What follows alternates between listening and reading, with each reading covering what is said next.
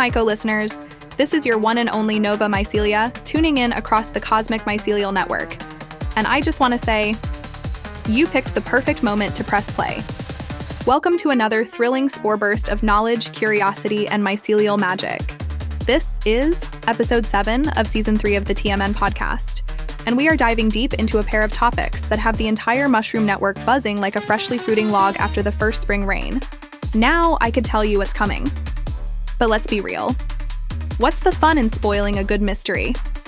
Let's just say, one of our Myco-Deep-Dives today will have you questioning what the government thinks about your spores, and the other?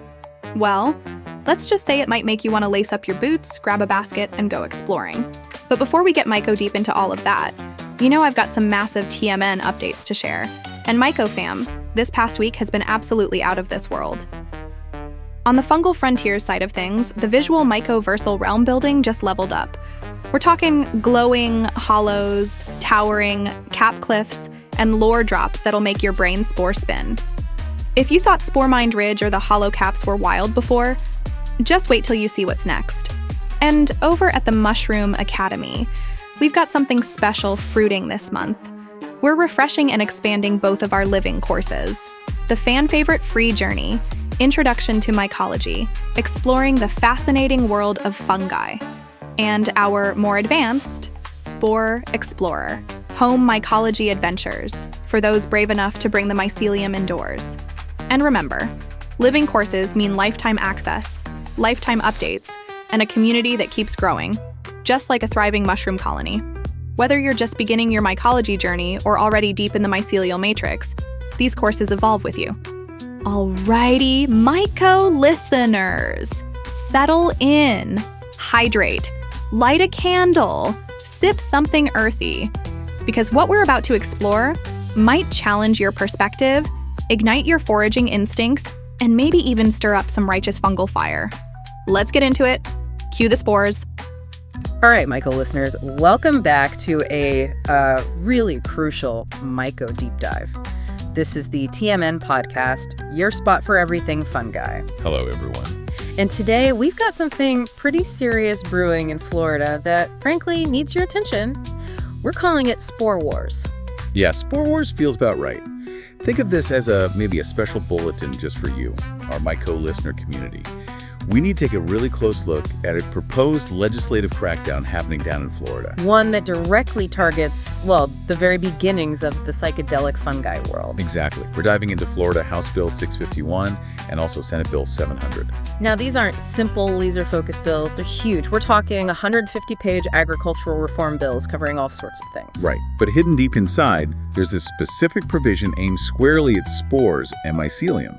And that's what we really need to unpack today. So the core issue, as it currently stands, seems to be that these bills want to criminalize a whole range of activities transporting, selling, even just gifting or importing spores or mycelium into Florida. And the key phrase is capable of producing psilocybin or psilocin. Even though there was a recent amendment, the fundamental goal seems unchanged, and the implications are, well, huge for our community. Okay, let's pause on that capable of producing part, because, you know, it's a bit like saying an apple seed is illegal because it could grow into an apple tree, right? Exactly.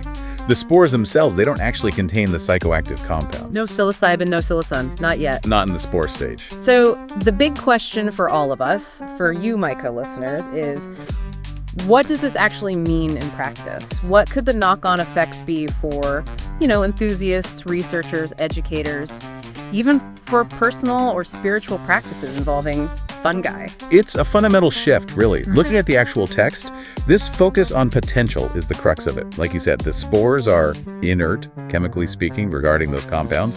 They're just the starting point. And the proposed penalties, they're not insignificant. We're talking about a first-degree misdemeanor. Which could mean up to 1 year in jail and a $1,000 fine. For what?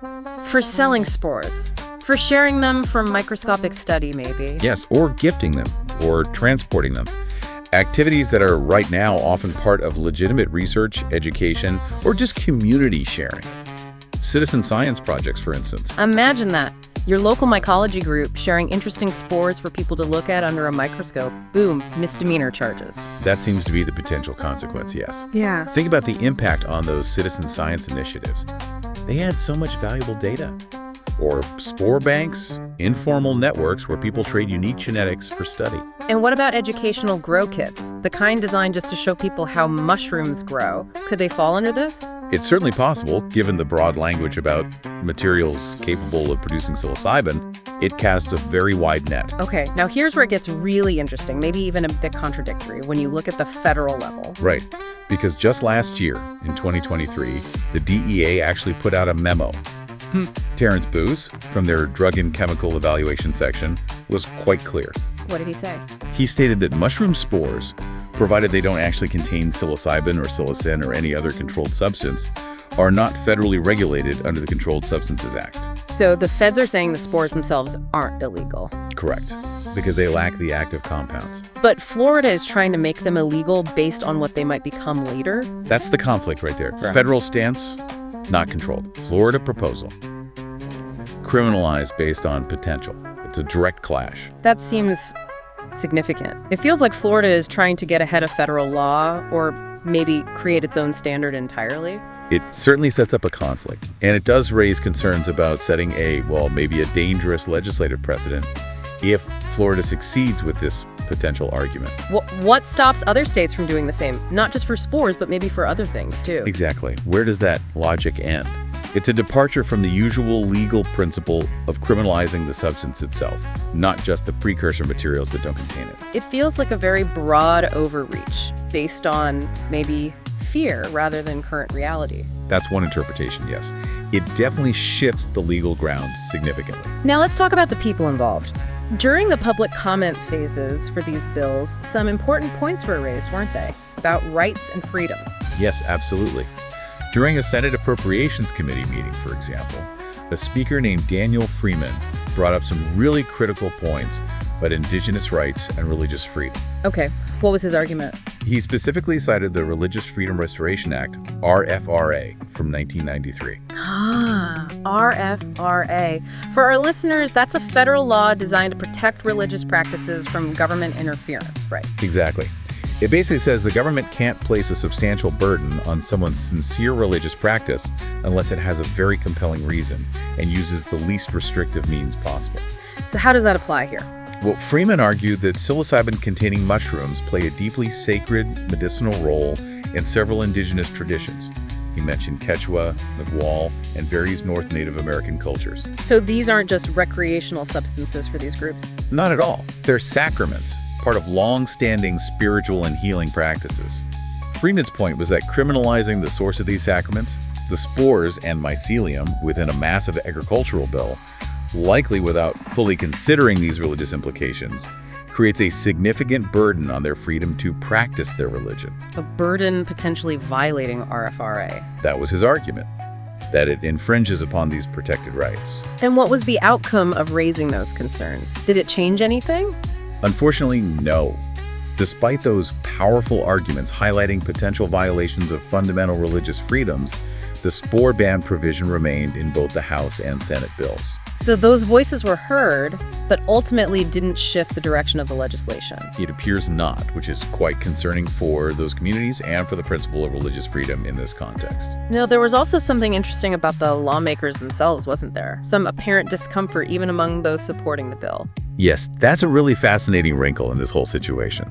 We saw some lawmakers expressing sentiments that seem, on the surface, to contradict their vote on this specific provision. Like who? Can you give an example? Sure. Representative Danny Alvarez, who's a Republican and actually chairs one of the key House committees dealing with this bill. Okay. During a debate on a totally different issue, I think it was about adding fluoride to drinking water, he argued pretty strongly against government overreach. He said something like, he didn't think it was the government's job to dictate what residents put in their bodies. He framed it as a matter of personal liberty. Right. Personal choice, individual autonomy. I can see where you're going with this. Exactly. The same representative who champions personal liberty in that context then votes for a bill that specifically dictates what materials spores, in this case residents cannot possess, transport, or share, even if those materials don't contain any banned substance. So it highlights a kind of inconsistency maybe, or a specific blind spot when it comes to psychedelics. It certainly suggests a potential disconnect. The principle of don't tell people what to put in their bodies seems to apply selectively. It raises questions about whether the broader context of psychedelics, perhaps fueled by historical stigma or fear, overrides that stated commitment to personal freedom for some legislators.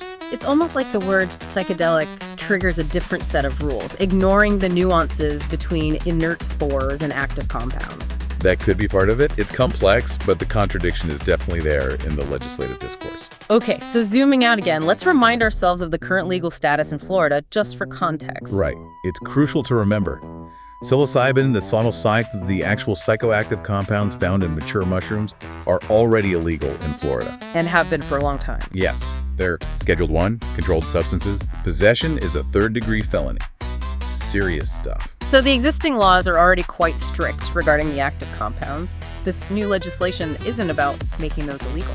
No, it's about extending the criminalization backward to the precursor materials, the spores, the mycelium, things that, until now, existed in a space largely considered legal, especially for educational, scientific, or even spiritual exploration purposes. It's pushing the boundary of illegality further up the chain. Precisely. It's moving into territory that many assumed was safe, that allowed for study and appreciation without breaking the law regarding controlled substances. Okay, so let's paint a clear picture, Myco-Listeners. If this law passes, what are the concrete, on-the-ground consequences we might see? The real-world impacts? Well, first, you'd likely see the immediate closure of many small spore vendors and educational websites currently operating legally within Florida. These are often mom-and-pop operations, hubs for the community. Providing spores for microscopy, identification resources, general fungi education. Exactly. Losing them would be a big hit to accessibility and knowledge sharing within the amateur mycology scene in Florida. Okay, what else? Second, it could seriously hinder legitimate research. Think about university researchers, students studying fungal genetics, or even cultivation techniques for gourmet or other medicinal mushrooms. How so? If they aren't working with psilocybin specifically. The wording is broad, capable of producing. If a researcher is studying a species that happens to have that potential, even if that's not their focus, this law could create significant hurdles, chilling effects, or bureaucratic nightmares for obtaining or working with necessary genetic material. Okay, that makes sense. Research gets harder. What about the average person interested in fungi? Well, third, there's the inevitable confusion and fear within the broader community. Home cultivators, even those just growing oyster mushrooms or lion's mane, might suddenly worry, are my spores legal? Could these be misidentified? The uncertainty could stifle harmless hobbies and exploration. A chilling effect, basically. Definitely a chilling effect. Yeah. Fourth, as we discussed, it directly undermines religious and spiritual freedoms for those communities where these fungi are sacred sacraments. It criminalizes essential elements of their practice. And finally, there's a real risk, perhaps counterintuitively, that this pushes everything further underground. When you shut down legal avenues for education, research, and obtaining materials safely, people might turn to less safe, unregulated sources? it's a definite possibility. Prohibition often has unintended consequences, and driving activity into the shadows can increase risks rather than reducing them. That's a pretty sobering list of potential outcomes. So where are we in the legislative process right now? Have these bills progressed? Yes, they have. Both HB 651 and SB 700 have successfully passed through their respective committee stages in the Florida House and Senate. Which means They are now potentially ready to be voted on by the full chambers, the entire House of Representatives, and the entire Senate. The process is definitely moving forward, and a final decision could happen relatively soon. Okay. Myco-Listeners, this is clearly a critical moment. It's not over yet, but the window for action might be closing. So what can people actually do right now? The most direct thing, especially if you live in Florida, is to contact your state representative and your state senator. Call them, email them. Both are good. Be clear, be respectful, but state your opposition specifically to the spore provision within HB 651 and SB 700. Explain why you're concerned. Mention the impact on science, education, personal liberty, religious freedom. Make it personal if you can, relate it to your interests or work. Yes. And even if you're outside Florida, you can still play a role. There are organizations working hard on psychedelic policy reform, defending entheogenic rights, supporting research. Find them. Support them how? Donations help, obviously, but also volunteering time, or even just amplifying their message on social media, sharing their calls to action. Every bit helps build momentum. And just talking about it, right? Raising awareness. Absolutely crucial. Talk to people in your circle, your friends, family, your local Myco club if you have one. Make sure people understand what's happening and why it matters. An informed public is much harder to ignore. And naturally, keep following us here at the Mushroom Network. We'll keep tracking these spore wars, providing updates, analysis, and ways you can stay involved. Definitely. This legislation in Florida, it really does feel like a major turning point, a fork in the mycelial path, you could say.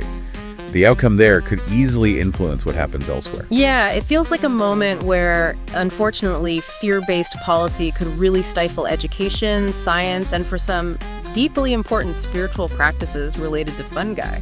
It's a risk. The hope is that reasoned arguments, scientific understanding, and respect for established freedoms prevail. It's a time for the community to advocate constructively for wisdom, for research, and for, well, a myco-conscious evolution. Well said. Myco-listeners, stay tuned to the TMN-Podcast and our Myco-Deep-Dive series. We will absolutely keep you updated on these spore wars. Until next time, keep exploring, keep learning. Stay informed, everyone. Whew. Spores in the spotlight, legislation on the line. That was one seriously potent Myco-Deep-Dive, Myco-listeners. We've got spores, science, spirit, and sovereignty all tangled up in one of the most important legal battles the mycology world has seen in years. And it's far from over. Take a deep breath, rehydrate, stretch those hyphae. We're taking a quick myco break, but when we return, the forest floor is calling. Myco Capman and Mira Fungwell are about to lead you on a springtime stroll through leaf litter, log clusters, and sun-dappled underbrush for our next Myco Deep Dive, a spore-filled guide to the mushrooms that awaken with the season. Stick around, because the fruiting has only just begun.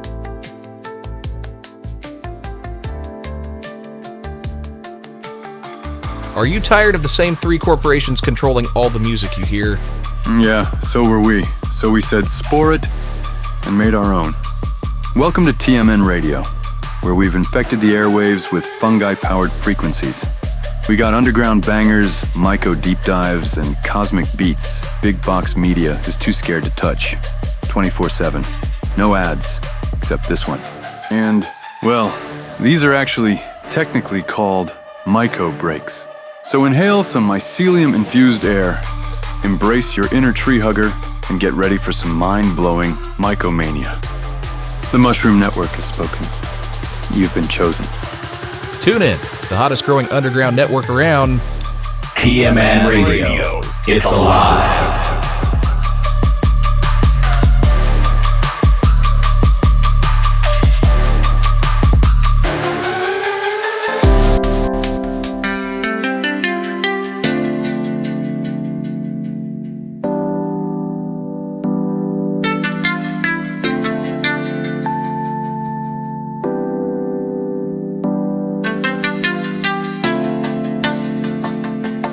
Welcome back, Myco-listeners, to a brand new Myco Deep Dive from the TMN-Podcast, brought to you by the Mushroom Network.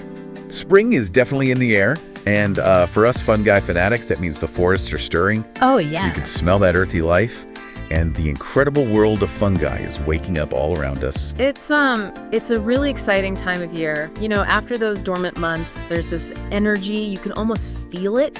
The mycelium under our feet is getting ready to send up some pretty spectacular stuff. Like nature's starting gun, right? Exactly, for a whole season of fungal abundance. Absolutely. And, you know, whether you're just getting started with your foraging basket, maybe a fledgling fungi fan taking your first steps, or you're like a seasoned spore chaser. Been doing it for years. With years of woodland wandering, spring in North America is just bursting with culinary possibilities. But, of course, well, it pays to be informed. Precisely. So, in this Myco Deep Dive, our mission is pretty straightforward. We're going to plunge into the fascinating world of springtime mushrooms. We'll highlight some of the most sought-after species and, crucially, share the essential knowledge you need to identify them safely, confidently. Okay, let's dive right in then. The undisputed star of the spring fungal scene. The magnificent morel. I mean, that iconic honeycomb cap. Instantly recognizable. It makes it instantly recognizable. And for so many people, finding that first morel of the season, it's just pure joy. It really is. There's almost a legendary quality to morels, wouldn't you agree? They can be so wonderfully elusive. Yeah, unpredictable. Appearing in seemingly random spots. Foragers get really attached to their secret spots, closely guarded secrets. And what's fascinating is where they often thrive disturbed areas, places that had a fire maybe the year before. Right, or old apple orchards. Old apple orchards where the trees are declining, or even under dying ash and elm trees. It makes you think about the specific ecological conditions they need in those moments of change. That unpredictability is definitely part of the thrill, isn't it? You just never quite know where they'll pop up next. So for our Myco listeners, maybe down south, like Florida, when should they start their morel quest? Well, down south, you could start seeing them as early as late March, maybe into early April. Especially after, a good rain followed by some warmer, sunny days. Okay. You want to focus your search on disturbed soils, maybe around wood chip piles and landscaping, even garden edges. Check the base of hardwood trees, especially those south-facing slopes that get the sun first. And for a quick tip, we often hear about soil temperatures, right? Being a factor. Yes, a soil temp in the range of, say, 50 to 60 degrees Fahrenheit seems to be a pretty key indicator. And interestingly, the blooming of certain spring flowers like lilacs or dogwoods in your area can sometimes line up with when morels emerge. Like little clues from nature. Exactly. The natural world giving us hints. Nature's signals, I love it. And, okay, when you are lucky enough to find these springtime treasures, what awaits you, flavor-wise? Oh, the flavor is just exquisite. It's earthy, deeply nutty, with this wonderful, almost savory meatiness. They have this fantastic umami that really just elevates any dish. It makes you appreciate the complex breakdown of organic matter happening underground that results in such a nuanced taste. That earthy smell alone when you bring them home, it's intoxicating. Yeah. And the cooking possibilities are so diverse. I mean, just sautéing in butter, salt. Can't beat it sometimes. But they're also incredible stuffed, maybe with herbs and cheese, or lightly fried. Yeah. Crispy perfection. Oh, yeah. They pair so well with fresh spring herbs, pasta dishes, game meats. They echo those deep woodland notes. Absolutely. They really enhance pretty much anything. However, and this is absolute critical for safety, you must be aware of their potentially dangerous lookalikes. Right. The false morels. The false morels, yes. Yeah. Members of the Gyrometra genus, these contain gyrometrin, which is a compound that can metabolize into a highly toxic substance. Deadly, potentially. Okay, this is where paying close attention, Myco listeners, makes all the difference. True morels have that very distinctive honeycomb-like pitted cap. And if you slice them open, top to bottom, Completely hollow. they're completely hollow inside. False morels, though, their caps are more irregular, kind of brain-like in appearance. Yeah, wrinkled, folded. Folds and wrinkles, not distinct pits. And the crucial difference, cut a false morel open, and you'll find it's either chambered or filled with this sort of cottony tissue, never completely hollow. That hollow interior of the true morel is your key visual check. If it's not definitively hollow, just don't eat it. Precisely. Never, ever take a chance with mushroom ID, especially with something potentially as dangerous as a false morel. When in doubt, Leave it be. Always. All right, so having explored our springtime starlet, let's turn to another fantastic and often abundant fungus, the overachieving oyster mushroom. Now, many people know the cultivated ones from the store, Yeah, they're everywhere now. but their wild cousins make a big appearance in the spring woods, too. That's right. While cultivation makes them easy to get year-round, finding a cluster of wild oysters after a spring rain, that's a real treat. They often fruit in these impressive shelf-like formations on decaying hardwood logs, fallen branches, tree stumps. It's a testament to their role as decomposers. Breaking down that tough wood fiber. Exactly. And if you happen to be in the southeast U.S., especially those humid subtropical zones, Florida swamps around cypress knees, palmetto groves, I love that humidity. these fungi really seem to thrive there. They like oaks, willows, maples, especially near creeks and marshes where it stays damp. They definitely have a strong affinity for those damp environments. And there are some subtle sensory cues you can look for with fresh oyster mushrooms. They should have a delicate, slightly sweet smell, sometimes like anise or licorice. Okay. A strong, unpleasant fishy or sour smell. That's a clear sign they're past their prime. Leave those alone. Good tips for quality control. And the flavor of oysters is just so versatile. Mild, silky texture. But like you said, they soak up flavors beautifully. Yeah, they're amazing sponges for flavor. Fantastic in stir fries, tacos, creamy sauces, or even grilled whole, maybe marinated in soy and garlic. That smoky flavor. Wow. Their adaptability in the kitchen is huge. However, it's important to note, especially in northern regions, there is a look-alike called the angel wing mushroom, Pleurisabella porogens. Ah, word. Now, it was once considered edible, even commonly foraged, but it's been linked to neurological issues, particularly in people with compromised immune systems. Oh, wow. Okay. So even though it might look like a small, pure white oyster mushroom growing on wood, always exercise caution, especially with white-spored gilled mushrooms on wood. Definitely better safe than sorry with wild mushrooms. Okay, now let's move on to one that really embodies spring abundance. The Spring King, Boletus rexvaris. You called it the porcini's regal cousin that sets high expectations. It does, and it really lives up to the name. This is a substantial, highly prized bolete. It typically fruits late spring into early summer, May through June usually, mostly in the higher elevation forests of the western U.S. Okay, mostly West Coast then. Primarily, yes. But while it's less common in the southeast, there have been occasional reports from the higher parts of the Appalachians. So worth keeping an eye out, maybe, if you're exploring those regions. Interesting. So, for Myco-listeners hoping to find this regal shroom, what kind of environments should they focus on? The Spring King tends to grow with conifers, pine, fir, spruce particularly. They often show up after the snowmelt in those higher elevations, or maybe after some misty, damp mornings. They seem to like that mix of moisture and cooler spring temps in those habitats. And what are the key field markers? How do you identify a Spring King? Okay, look for a robust, often pretty thick stem. And remember, it's a bolete, so it has sponge-like pores underneath the cap, not gills. Right, pores, not gill. The cap itself is usually a rich reddish-brown color, and it tends to darken as it matures. The underside, those pores, will typically be yellowish, maybe turning a bit olive green as it ages. It's like a really substantial find. Yeah. And the flavor, you mentioned chef's notes. Indeed. The Spring King is known for its firm texture and wonderfully aromatic quality. It's got this delightful, sweet, savory balance, holds its shape beautifully when cooked, so it's fantastic sliced in risotto sauces. Nice. And like its porcini relatives, it dries really well. You can powder it, and that just intensifies the flavor. A little Spring King powder adds incredible depth to dishes. Oh, I can just imagine the smell of dried Spring King. Yeah. But as with the others, we need to talk lookalikes, right? The toxic twins. Yes, absolutely. For the Spring King, the most significant toxic lookalike is Satan's bolete, Rubroboletus satanus. Now, it can share a similar chunky look, but there are very distinct differences. Okay, what are they? If you cut into Satan's bolete, the flesh stains blue, and its pores are a vibrant red color. Blue staining and red pores. Got it. Those are two very clear warning signs. If you find a chunky bolete with blue staining flesh and red pores, absolutely avoid it. It can cause severe gastrointestinal distress. Definitely. With boletes, knowing those pore colors and any staining reactions is absolutely crucial. Okay, so we've hit the big springtime favorites, but we really need to emphasize the potential pitfalls, the fungal flip side, as you called it. Those mimics we must avoid. This is paramount for safety, Myco-listeners. We already talked about the false morel, but let's reiterate. Irregular, brain-like cap, often reddish-brown, and crucially, Never hollow inside. never truly hollow inside. That single feature is the most reliable way to tell it from a true morel. It could prevent a life-threatening poison.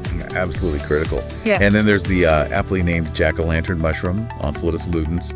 That bright orange color might grab your eye. Yeah, it's very striking. But those prominent gills underneath are a clear sign it's not a chanterelle, which it can sometimes look a bit like, especially to beginners. And the fact that it glows in the dark, Bioluminescent. that it should be seen as more of a spooky warning than a cool trick. Eating jack-o'-lanterns leads to some very unpleasant gastrointestinal problems. Very unpleasant, yes. And let's just quickly reiterate Satan's bolete again. That thick, pale cap, maybe with lurid tones, those bright red pores, and the immediate blue bruising when you handle it. Unmistakable warning signs. Unmistakable signals to keep your distance. So it's not just about the excitement of finding the edibles. It's equally, maybe more important, to know what to leave behind. Now, beyond these main players and their dangerous doubles, there are a few other interesting mushrooms folks might see in spring, worth knowing about. Let's do a quick rundown. Sounds good. First up, maybe the shaggy mane, Coprinus comatus. Pretty distinctive, tall, cylindrical, shaggy white caps, often in groups in lawns, roadsides, disturbed ground. Right. Key with shaggy manes is timing. Get them when they're young and totally white before they start that auto-digestion process, turning black and inky. I gotta catch them quick. Okay, what else? Then we have puffballs, like a Pertingenus. When young and fresh, they're typically round and white. The absolutely vital safety rule: always cut them in half lengthwise before you even think about cooking them. Crucial step. The inside must be uniformly white, like a marshmallow texture. Any hint of yellowing, browning, or any gill-like structures forming inside, it's not a safe puffball. Don't eat it. Such a critical safety tip. Always cut them open. And one more for the rundown. Finally, let's mention dryad saddle, Polyporus squamosus. This one's interesting, often has a noticeable fruity smell, like watermelon rind, some say. Really? Yeah. It's a larger fan-shaped mushroom, cap covered in dark brown scales, grows on hardwoods in early spring. When it's young and tender, some foragers enjoy the flavor, often described as cucumber-like or, again, like watermelon rind. A mushroom that smells like food. They're memorable. For sure. Now, for our listeners down South Florida, Gulf Coast spring brings a slightly different fungal scene, right? Absolutely. As it warms up earlier there, you see more of the warm season decomposers getting active. You might find woodier mushrooms, Auricularia genus, these fascinating gelatinous dark brown fungi on damp logs. Very distinctive texture. Yeah, I've seen those. They really stand out. Anything else specific to the Southeast spring? Well, keep an eye out for Ganoderma curtisi. It's a native North American reishi species, often near oaks on decaying stumps. And a word of caution, for those eager for chanterelles, be aware that some early lookalikes can pop up with late April rains. Ah, okay. Good heads up. So even if something looks kind of chanterelle-like, take extra time and care with your ID, always. Absolutely. Regional knowledge is so key. Okay, as we start to wrap up this Myco-Deep-Dive into the spring fruiting frenzy, what are some final essential spores of wisdom for our Myco-listeners? The most fundamental advice I can give. Always, without exception, double check your IDs. Yeah. Don't rely on just one source, not a book, not an app, not even just this deep dive. Right. Use at least 2 trusted field guides, even better. Connect with experienced local mushroom hunters or mycological societies in your area. Hands-on learning, confirmation from experts. It's invaluable. Truly invaluable guidance. What else? Practice ethical, sustainable foraging. Always leave some mushrooms behind. Let them spore, ensure future flushes, keep the mycelial network healthy. Don't overharvest a spot. Respect the resource. And definitely avoid picking in areas you suspect might be polluted or sprayed with pesticides or herbicides. Makes perfect sense. And when you bring your treasures home, handle them properly. Clean them gently, then dry, cook, or preserve them according to good guidelines. And critically, never, ever eat raw wild mushrooms unless you are absolutely certain of the ID and know that species is safe raw. So important. When in doubt, cooking is almost always the safest bet. Wise words to forage by. So, Myco-listeners, it really sounds like spring is nature's big welcome back party, and the mushrooms are some of the very first, most fascinating guests to arrive. They certainly are. Incredible early responders popping up as the world awakens. The message is clear. Dust off your foraging gear, sharpen those observation skills, and really listen to what the land is telling you. The mycelium has awakened. And the spring fruiting frenzy is officially on. Happy hunting, Myco patrons. Stay curious about the fungal world, always prioritize safety and caution, and stay sportacular in all your mycological adventures. And with that, we bring this Myco-Deep-Dive into the spring fruiting frenzy to a close. We hope you enjoyed exploring these incredible springtime mushrooms with us. Now we're going to transition you back to the capable hands of Nova. She'll be taking you into the next segment, a unique and undoubtedly groovy fungal music jam session. And just like that, Myco fam, we've walked the wooded trails, unturned the mossy logs, and danced with the spring kings, oysters, and morels in one glorious burst of seasonal fungal flow. Whether you're gearing up for your first forage or just vibing with nature through your headphones, we hope you're leaving today's Myco Deep Dive feeling inspired, informed, and just a little bit more spore connected. A big thanks to Myco Capman and Mira Fungwell for that incredible journey into spring's fruiting frontier, and to you, our devoted Myco listeners, for tuning your frequencies into the heart of the network. But don't go anywhere just yet, because now it's time to let the bass resonate and the fungal funk flow. Coming up next, it's a fresh lineup of fungal jams, curated and presented by the Mushroom Network and Mycoverse Productions. So turn the volume up, let the spores swirl, and remember, the forest has a rhythm, and tonight it's playing your song. This song's about that funky little spore moving around that tiny dance floor, bouncing up high. then dropping once more, shaking the roots like never before.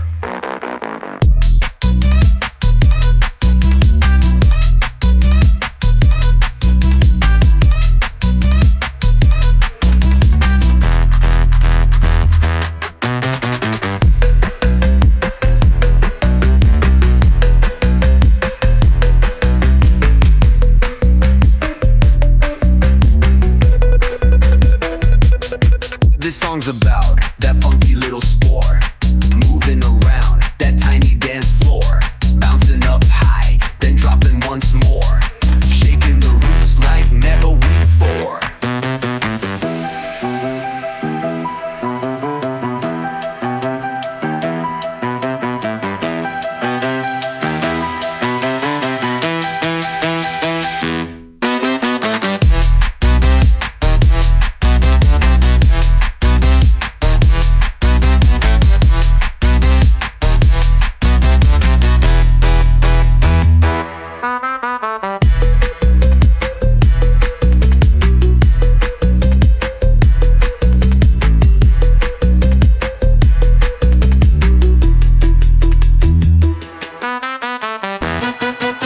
This song's about that funky little spore, moving around that tiny dance floor, bouncing up high, then dropping once more, shaking the roots like never before.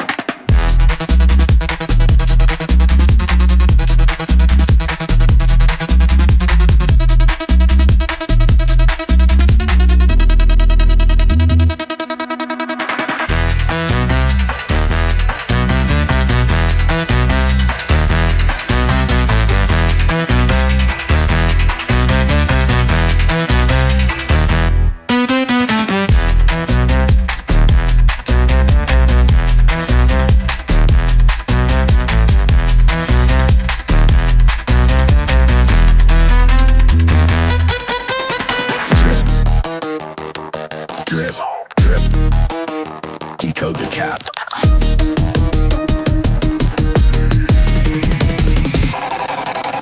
DNA spiral like a staircase of flame. That cap ain't normal, speaking alien names. Got it from a shaman on a comet trade lane. Said don't eat it raw, your mind won't be the same. I chopped it fine, brewed it with wine, stared at the glyphs, it rewrote time. Vision blurred, I saw the code. Binary Myco, whole universe glowed. Cap, drip, in the dish. Mind flip like the wish. Now I ride through spores like data in a grid. My thoughts broadcast, my soul got rid. No cap, this cap got code in threads. It sings in loops and talks to the dead.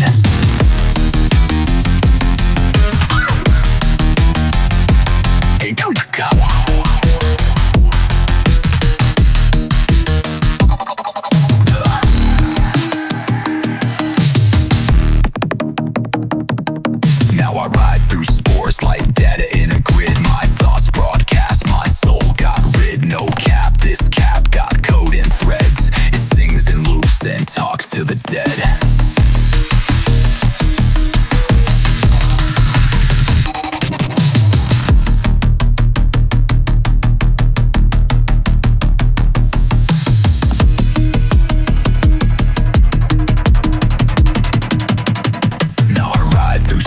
Like data in a grid, my thoughts broadcast, my soul got rid. No cap, this cap got code in threads. It sings in loops and talks to the dead.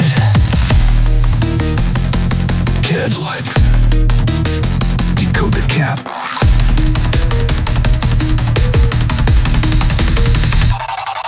DNA spiral like a staircase of flame. The cap ain't normal, speaking alien names. Got it from a shaman on a comet trade lane. Said don't eat it raw, your mind won't be the same.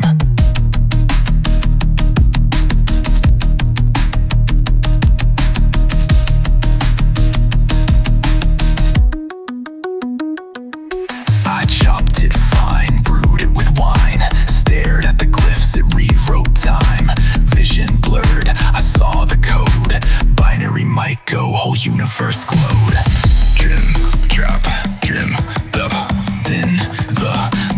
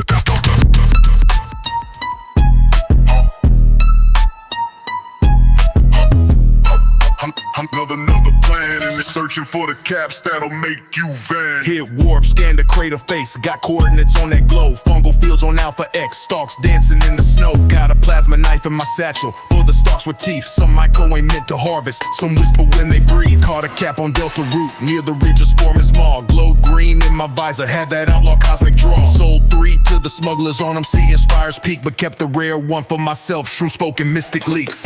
Hop, hop, snatch cap, run it. Scan the crust, spores, hunting. Void trip, dreams, lungs full of bass. One wrong spore puts you out of place.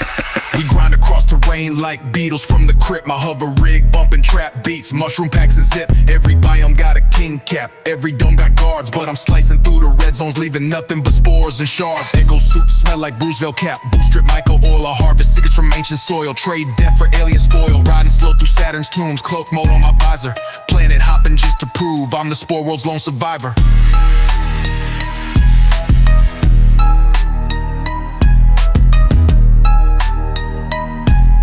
Searching for the caps that'll make you vanish. Hit warp, scan the crater face, got coordinates on that glow. Fungal fields on Alpha X, stalks dancing in the snow. Got a plasma knife in my satchel for the stalks with teeth. Some myco ain't meant to harvest, some whisper when they breathe. Caught a cap on Delta root near the ridge of Spore and Small. Glowed green in my visor, had that outlaw cosmic draw. Sold 3 to the smugglers on Obsidian Spires Peak, but kept the rare one for myself. Shroom spoken mystic leaks. Hop, hop, snatch cap, run it. Scan the crust, spores, hunting, void trip, dreams, lungs full of bass. One wrong spore put you out of place, out of place.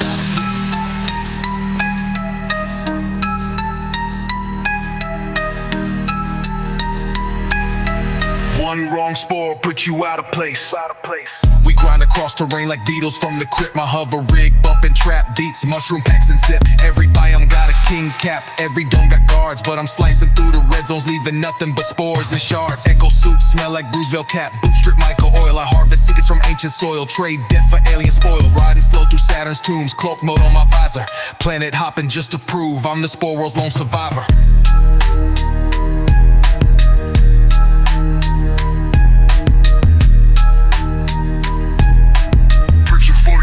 That'll make you vanish.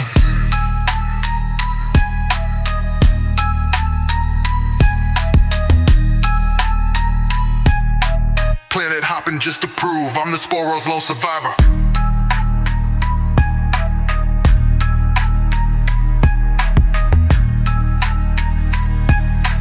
Hop wrong spore, put you out of place. Spores in my cup, sip that space juice slow. Myco in the bloodstream, galaxy moving like whoa. I got spores floating in my styrofoam, cosmic drip in my DNA. Mixing blue honey with that purple haze, I'm cruising past the Milky Way. My suit smell like that shiitake, got cap sealed in my vest. Planet hop with that gangsta funky, shrooms put me to the test. Crater boots in a spore cloud, vision tunneling deep. Them lunar stocks be whispering, talking secrets in my sleep. Got that void cap from the merchant, his eye was glowing red. Said trip like young blood or wake up feeling dead. Spores in my cup, got me leaning through the dust. Galactic shrooms in my gut, can't feel the thrust. We riding slow through the spore stream, them caps got me seeing beams. That myco-tech in my blunt wrap, I roll spores with precision. Hollowed moon-based trap lab, cooking mycelium visions. Sipping on that fermented veil, eyes glossy like the stars. Microscopic gangster, my shrooms got bars. Bounce through void chips creeping, nebula base, got it leaking. Screwed up tongue, still preaching to the fungal gods I'm speaking. Cultures in the cooler, stack them like a spore vault. And I ain't never dry, mycelium gon' never haul. Trapping caps in hyperspace, golden prints on my face, wormhole deals. We shroomed in stealth, one dose hit, redefine myself. Spores in my cup, base too thick. Minds get flipped, void get lit. Spores in my cup, base too thick. Minds get flipped.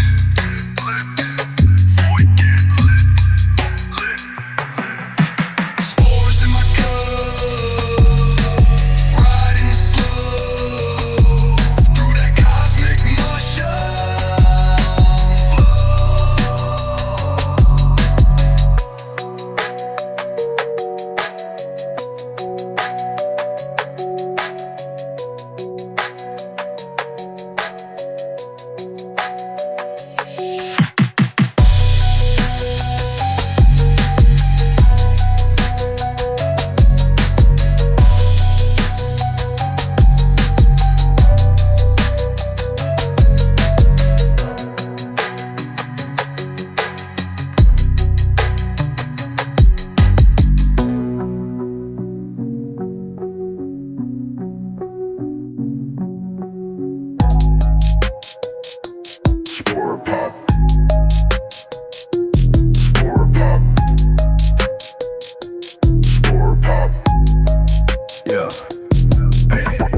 the capsule. Spore drip glow. Can in the hand, planet on go. Cherry fizz deep, mind stuck sleep. Take one sip, flow off beat. Spore pop. Spore pop. Don't stop. Spore pop.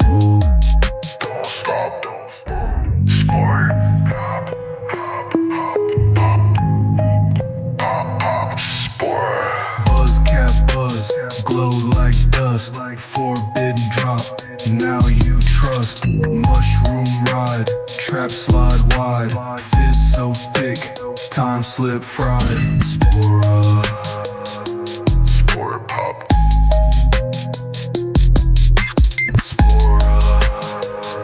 Spore pop.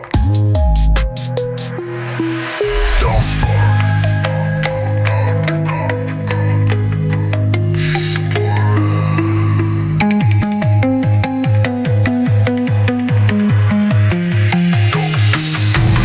Buzz cap buzz, glow like dust. Forbidden drop, now you trust. Mushroom ride, trap slide wide. Fizz so thick, time slip fried. Spore pop. Spore pop.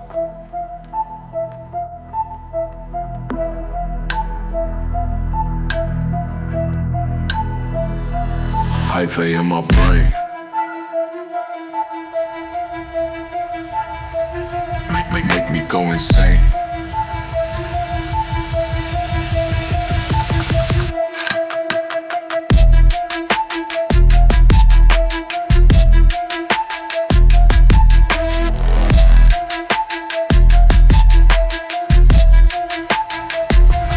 Hyphae in my brain. Make me go insane. Hyphae in my brain. Make me go insane.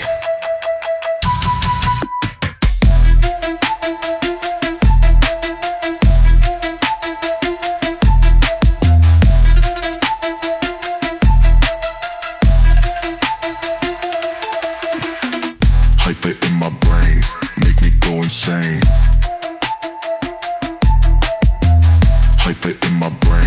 Make me go insane.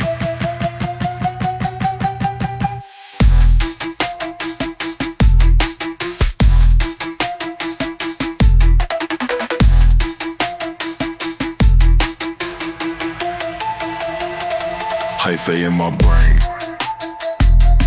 make me go insane. Hyphae in my brain, make me go insane. Hyphae in my brain, make me go insane. Hyphae in my brain, make me go insane.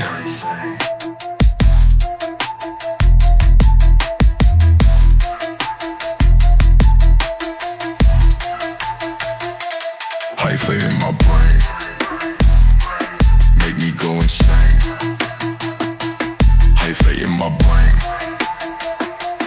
make me go insane.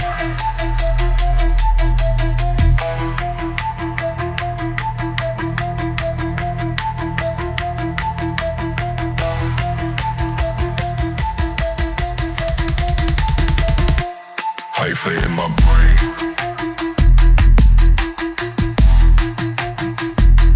Hyphae in my brain.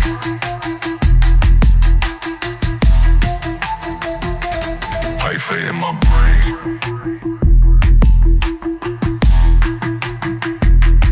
Hyphae in my brain.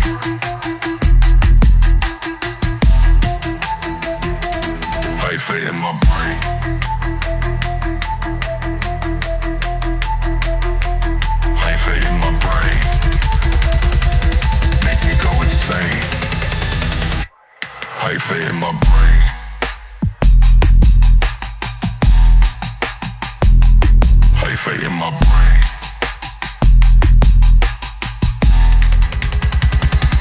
Hyphae in my brain.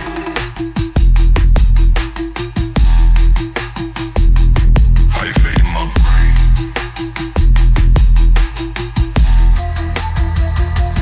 Hyphae in my brain.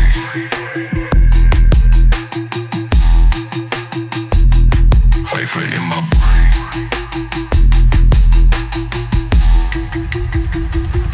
Hyphae in my brain.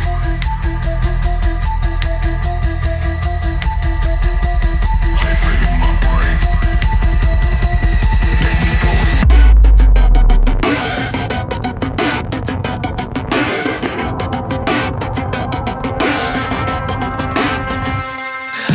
Electric spores on the edge of time.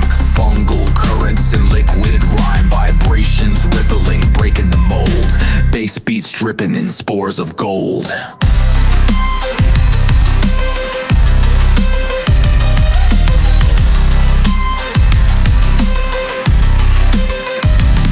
Mycelial network encrypts the flow. Neon tendrils stretch and glow. Baseline glitching, rewinding space. Pulses encoded, no time to waste. Glitch overdrive, bass in the mist. Fungal connection, synaptic twist. Break the sequence, let it divide. Spore generated, beats collide.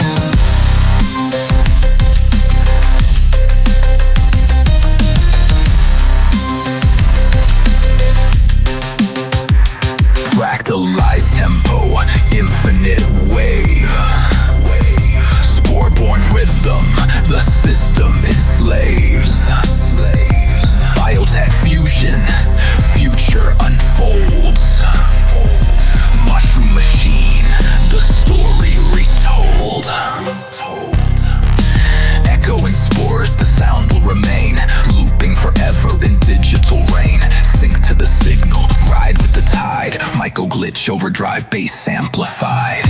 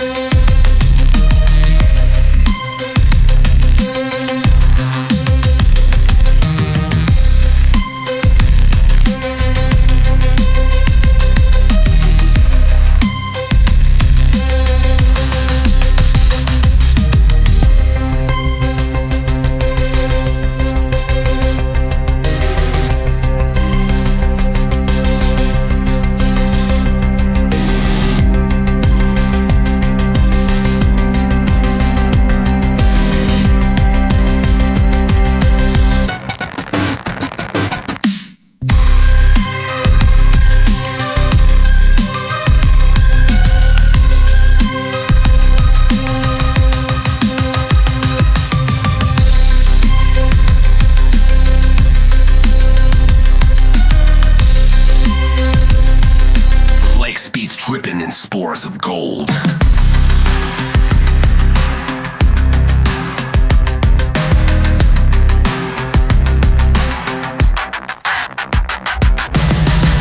Glitch overdrive, bass in the mist. Fungal connection, synaptic twist. Break the sequence, let it divide. Spore generated, beats collide. Beats collide.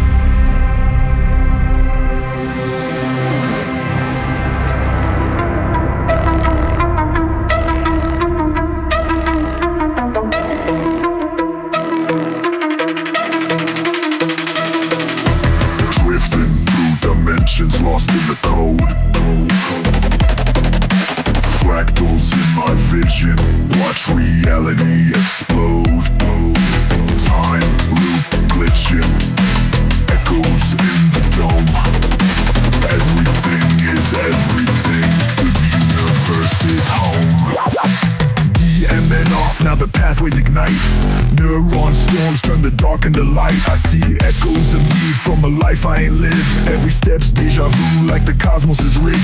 Fractals in my speech, I ain't talking in lines. Patterns in the bass, got the rhythm of time. I exist in the space where the echoes collide. In the universe, birthed from a thought in my mind.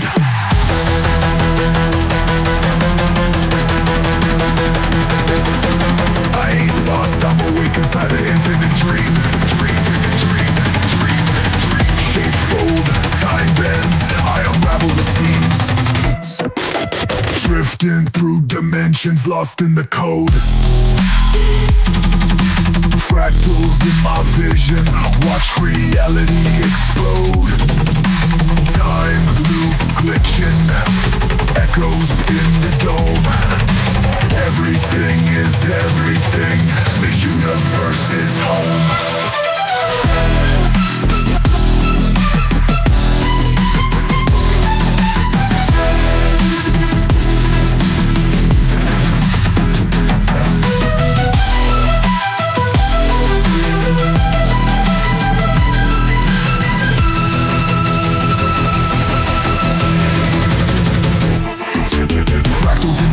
I ain't talking in lines.